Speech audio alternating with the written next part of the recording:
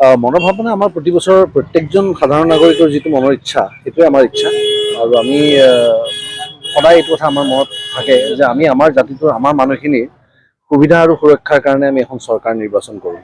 এই চৰকাৰখনে যাতে আমাৰ দুখ আমাৰ ব্যথা কথা বুজি পায়, বুজাব পাৰে, দেখুৱাব পাৰে, তাৰ সমাধান কৰিব পাৰে, সেইটোৱে আমাৰ ইচ্ছা।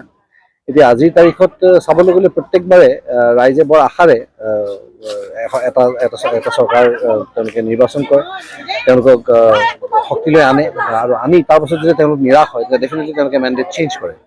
আমাৰো এনেকুৱা হৈছে যে আমাৰ কাৰণে প্ৰধান আৰু প্ৰথম ইচ্ছা হৈছে যে মোৰ জাতিটোৰ বা মোৰ অসমখনৰ যি সমস্যা, যেনে বানপানীৰ সমস্যাটো আজি এতিয়াও নহয়, আজি অত বছৰ প্ৰায় 50 বছৰ ধৰি আমি বানপানীৰ সমস্যাত ভুগি আছোঁ। এই সমস্যাটোৰ সমাধান এতিয়ালৈকে নিয়াৰিকৈ হোৱা নাই। আমাৰ ল'ৰা ছোৱালীখিনিৰ যি কৰ্মসংস্থাপনৰ যি আমাক প্ৰতিশ্ৰুতি দিয়া হৈছিল সেইবিলাক সম্পন্ন হৈছিল নাই, সেইখিনি যাতে ভালকৈ হয়। এডুকেশ্যনৰ ক্ষেত্ৰত ল'ৰা ছোৱালীৰ শিক্ষাৰ ক্ষেত্ৰত যাতে আমি আগবাঢ়ি যাব পাৰোঁ।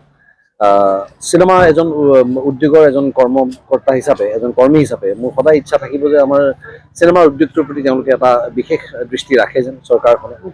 গতিকে এইবোৰ সমস্যা লৈ আমি আচলতে জৰ্জৰিত হৈ থাকোঁ আমাৰ মানুহখিনিয়ে।